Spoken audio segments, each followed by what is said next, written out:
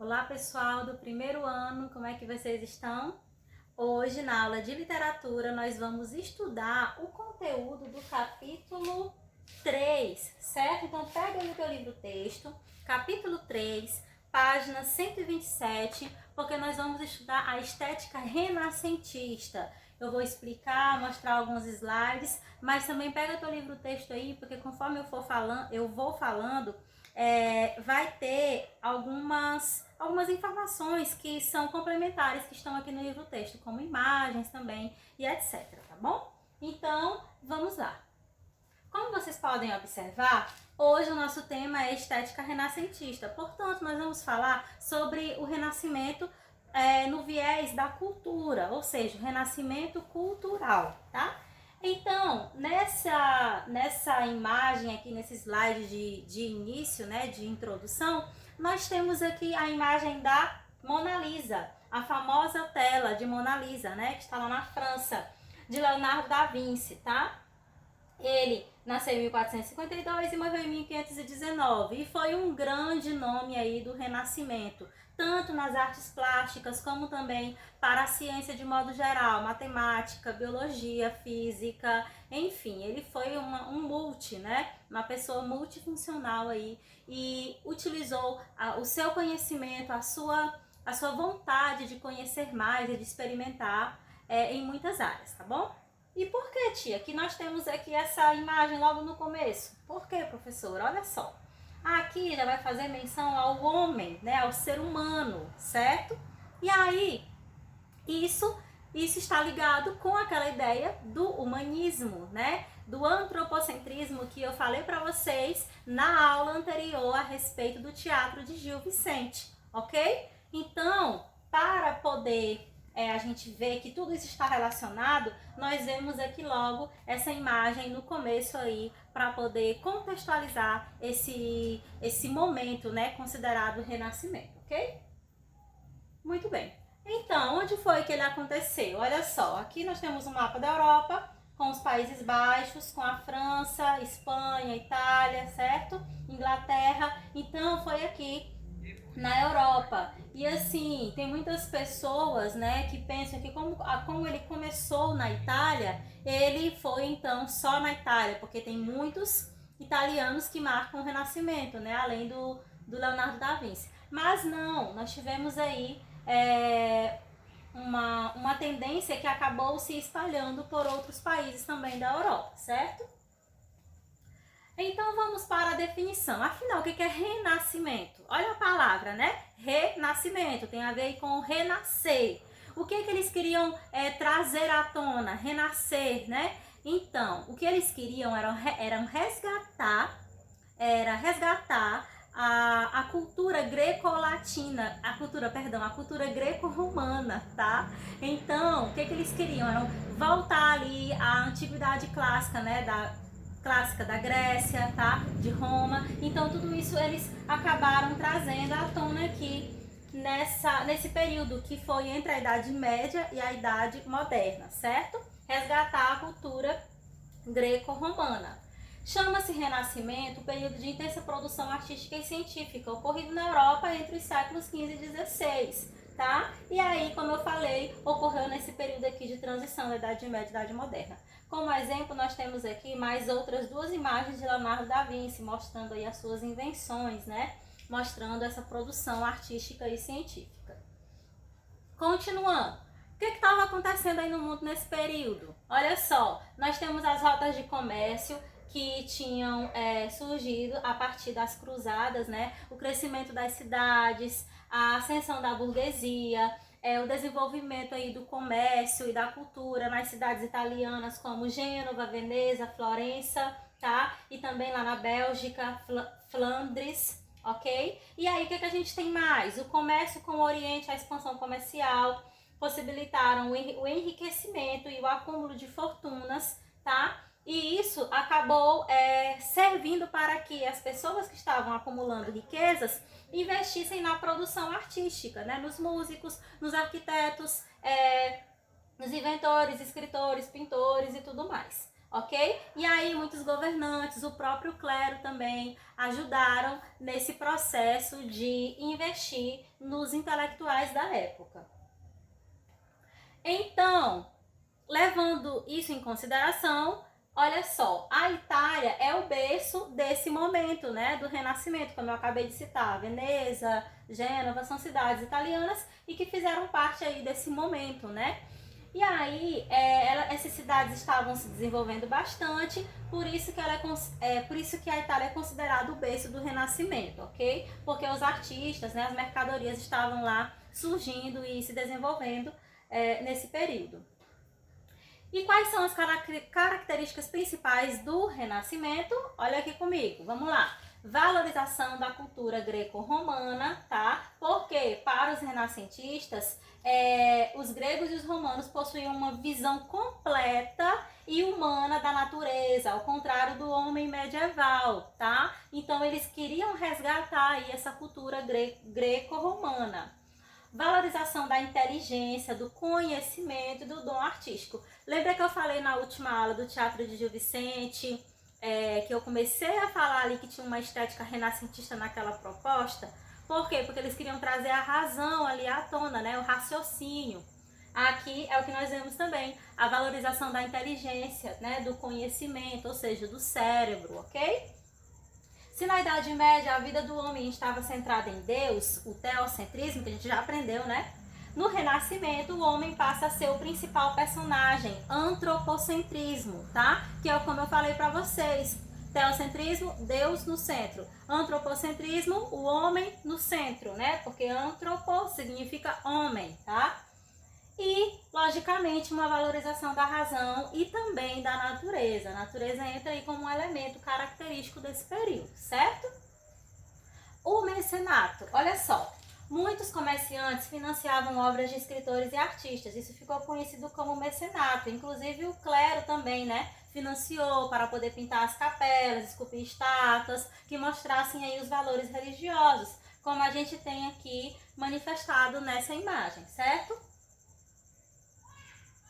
Muito bem. Então, como eu falei para vocês, o Renascimento não se limitou só à Itália, certo?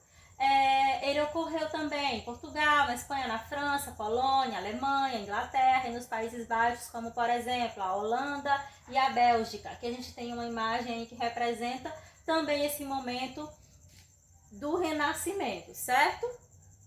Continuando. Então, então a gente tem vários pensadores, né, que fizeram parte desse momento, artistas e pensadores. Aqui a gente tem alguns exemplos, Isaac Newton, Galileu, Shakespeare, tá? Então, alguns exemplos aqui que demonstram que o Renascimento foi uma proposta que veio aí no século XV, né? Para demonstrar que haveria uma mudança cultural no mundo, colocando esses resquícios dessa mudança em vários setores culturais, na escrita, literatura, nas artes plásticas, na escultura, na pintura e por aí vai, tá bom? Continuando, Da Vinci, olha só, foi um grande, né, representante aí desse momento. Como eu citei, ele tinha muitos talentos, então é considerado cientista, matemático, engenheiro e por aí vai. Teve aí muita contribuição para a ciência, né? Aqui a gente tem uma imagem que está no livro texto de vocês também, página 127. E tem aí logo no primeiro parágrafo falando sobre ele, o homem vitruviano. Marca aí, circula, tá? Que essa imagem é bem marcante aí do Renascimento, tá certo? Mostrando esse homem que é tido como um modelo humano, tá? De proporções consideradas perfeitas. Então, mostrando aí, aproximando o homem do ideal clássico de beleza, tá? Ou seja, tendo aí um resgate dessa ideia do clássico em relação ao homem, ok? Continuando, a gente tem aí o Da Vinci como representatividade, né? De várias obras, como nós podemos ver aqui também com essa imagem, a que eu acabei de mostrar, e da Mona Lisa. Ele fez também muitas pesquisas sobre a anatomia, né, como eu citei, ciências biológicas, matemática, física, então ele contribuiu bastante para isso. E nós temos outros Contribuintes também, olha só, o Bondoni fez essa obra aqui, O Beijo de Judas, também foi um dos pioneiros do Renascimento, na pintura e na escultura, tá? E retratou aí obras religiosas, lembrando que o Renascimento é um período, é um fenômeno, né, que surge no final da Idade Média, tá? Então os valores religiosos ainda estão muito fortes. Então a gente vai encontrar a religiosidade ainda em algumas obras, porque é o homem versus Deus versus homem, né? Porém, muitos artistas ainda pintavam obras com cunho religioso, certo? Como a gente pode ver aqui, por exemplo, nessa obra aqui. Muito bem. E o Michelangelo? Destacando aqui ele para vocês. Olha só.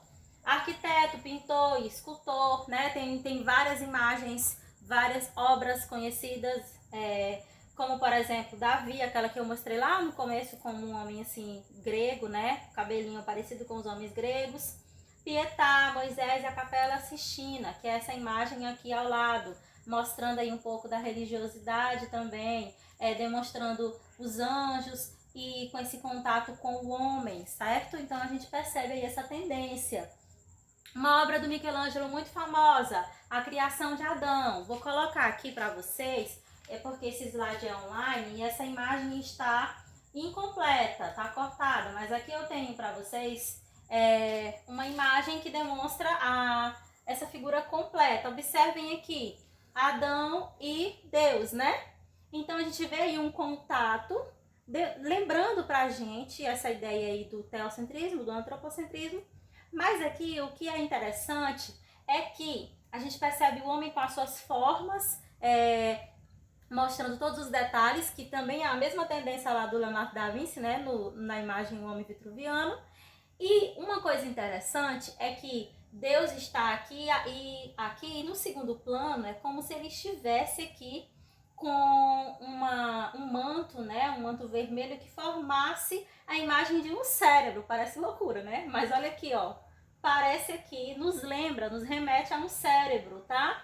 E por quê? É como se eles quisessem passar a mensagem de que o cérebro é a fonte aí do raciocínio, da razão, e que é uma das características do Renascimento, ok? Então, a gente acaba tendo aqui Deus, né, como a figura simbolizando a religiosidade, mas também a presença do cérebro, demonstrando aí que existe até uma relação entre essa religiosidade mostrada e o cérebro que nós temos também aqui por meio dessa imagem do Michelangelo, ok? Então, vamos voltar e vamos continuar aqui. Muito bem. Vamos lá, só um momentinho. Aqui a gente tem o Davi, de Michelangelo também, mostrando, né, essa retomada aí dos termos estéticos e dos padrões greco-romanos. Não parece um homem grego? Então, nos dá aí essa lembrança dos homens gregos, né, lá da Grécia, tá? Então, é uma marca aí desse período. Ok, gente? Então, a gente tem vários, mas eu vou parando por aqui. Esses exemplos de manifestações artísticas fora da literatura. Por quê? Porque vocês precisam compreender esse contexto para que nós possamos entender como que o Renascimento aconteceu na literatura, tá? Aqui mais um exemplo do Rafael Sanzio, pintor conhecido pelas inúmeras Madonas, tá? Representações da Virgem Maria como esta ao seu lado, né? Como a gente está aqui vendo essa imagem. Então, a gente tem aí a religiosidade também. E agora, entendido o que é esse renascimento e essa proposta do renascimento, deu para perceber, né, o contexto. Agora a gente vai para a literatura, para poder fechar aí essa explicação para vocês desse capítulo, ok?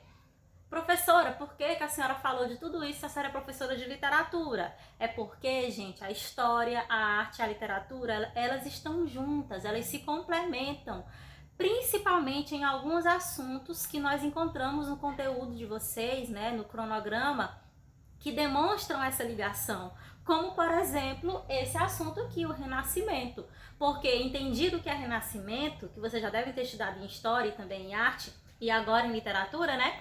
Vocês conseguem, então, perceber como que essa proposta, essa tendência apareceu nos textos, tá? Que nós vamos começar a ver hoje e vamos continuar na próxima aula. Então vamos lá, olha só.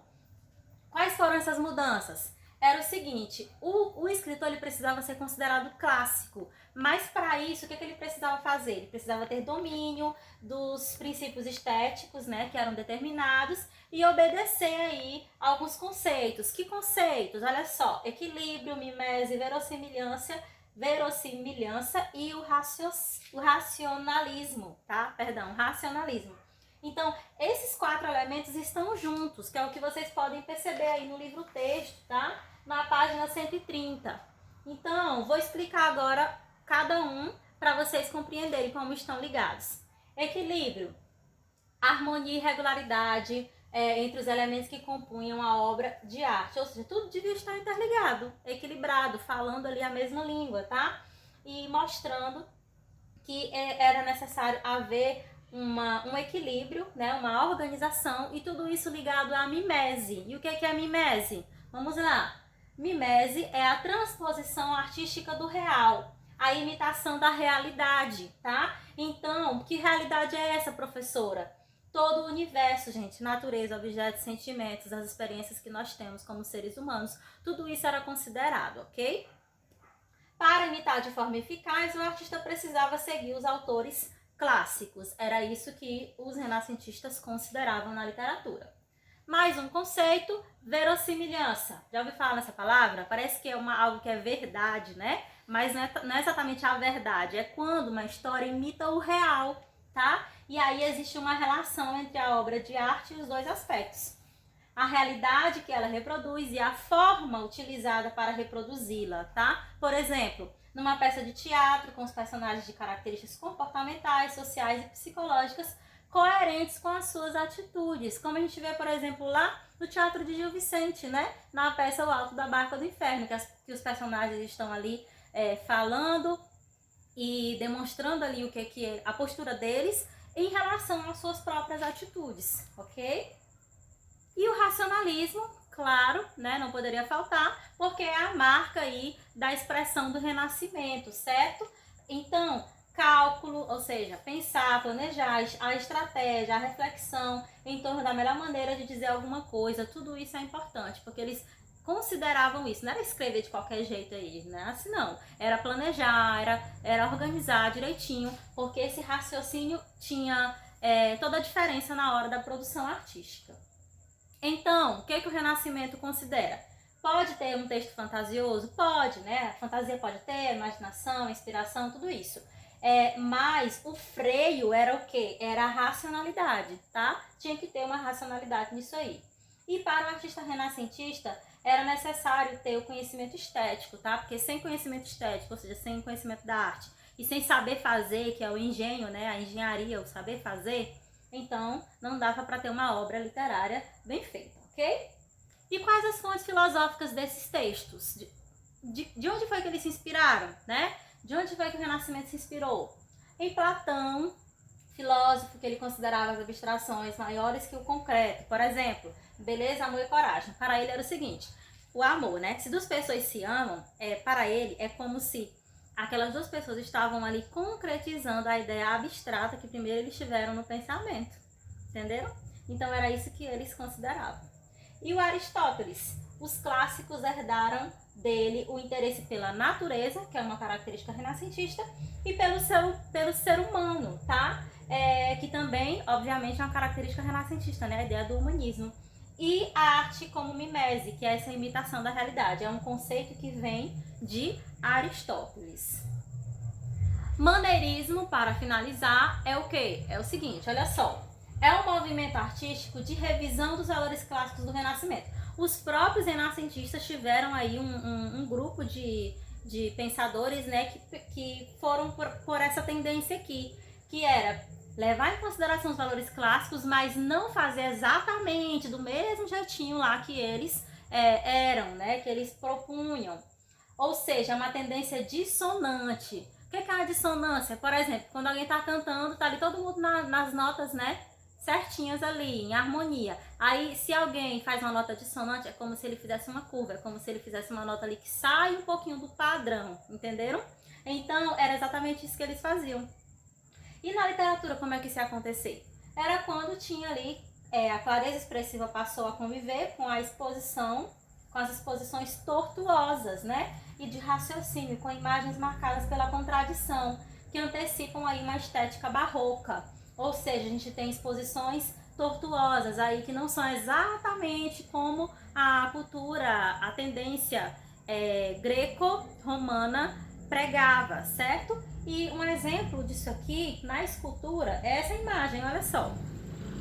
Lembra aquela imagem lá do Davi, né? Que eu mostrei no início. Lembra aí as imagens dos gregos. Mas como vocês podem ver, mostra como se estivesse fazendo um S. Como se fosse aqui uma imagem torta, né? Para demonstrar exatamente essa fuga e essa dissonância da proposta greco-romana, da proposta totalmente clássica. Ok, gente? Então, é isso. Muita coisa, né? Mas vocês, revisando o conteúdo no livro-texto, revisando a aula, fazendo as anotações, façam os exercícios, tá? Que com certeza vocês vão compreender ainda mais. E aí, na próxima aula, a gente vai entrar de forma mais específica na literatura renascentista, estudando o Camões, tá? O famoso Luís Vaz de Camões. Um abraço, até a próxima!